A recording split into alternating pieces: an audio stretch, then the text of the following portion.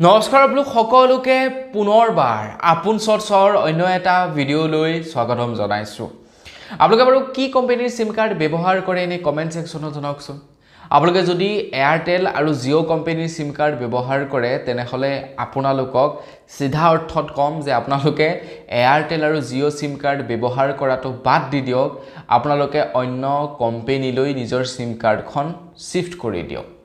কিয় কৈছো আপোনালোকে শুনিলে আচৰিত হ'ব। ভিডিওটো প্ৰথমৰ পৰা শেষলৈকে চাই থাকিব। মই শ্ৰীপানী গগৈ, আপোনালোকে চাই আছে আপোন চৰ্টছ। আহক আৰম্ভ কৰোঁ আজিৰ ভিডিঅ'। আগাইছো আজিৰ খবৰটোৰ ফালে। এয়াৰটেল আৰু জিঅ' কোম্পানীয়ে কণ্টিনিউৱাছলি তেওঁলোকৰ ৰিচাৰ্জৰ দামবিলাক ইনক্ৰিজ কৰি গৈ আছে। তেওঁলোকে প্ৰথম পৰ্যায়ত একদম আৰম্ভণিৰে পৰা যদি আমি চাবলৈ যাওঁ 149 মানৰ পৰা তেওঁলোকে ৰিচাৰ্জৰ সুবিধাসমূহ প্ৰদান কৰিছিলে।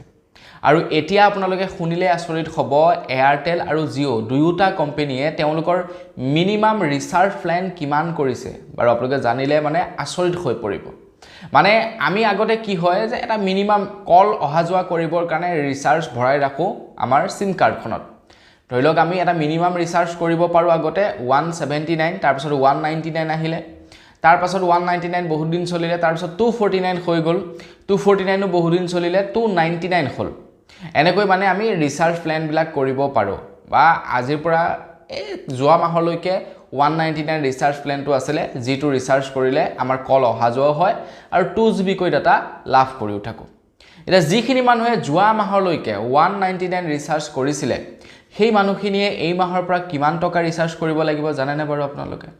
শুনিলে আচৰিত হ'ব। যদি এয়াৰটেল আৰু জিঅ'ৰ সিম কাৰ্ড ব্যৱহাৰ কৰে, যিসকল মানুহে যোৱা মাহলৈকে 199 বা 179 ৰিচাৰ্জ কৰিছিলে সেইসকল মানুহে এতিয়া ডাইৰেক্টলি 349 ৰিচাৰ্জ কৰিব লাগিব।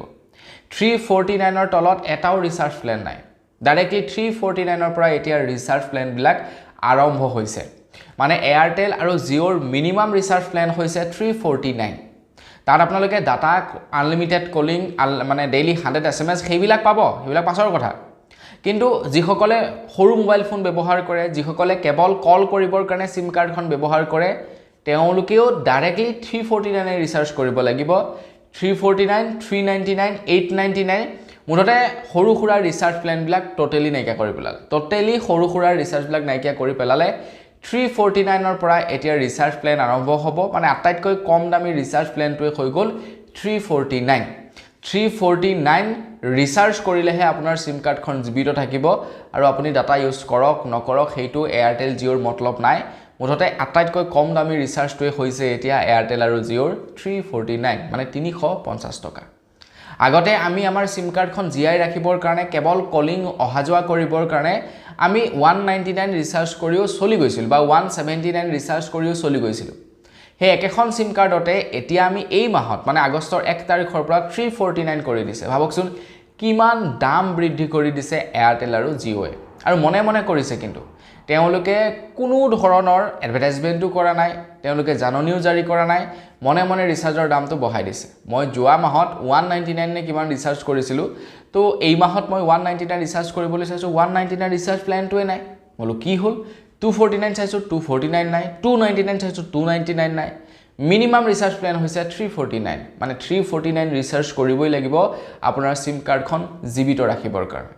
তো সেইকাৰণে কৈছোঁ যে এয়াৰটেল আৰু জিঅ' বাদ দি দিয়ক।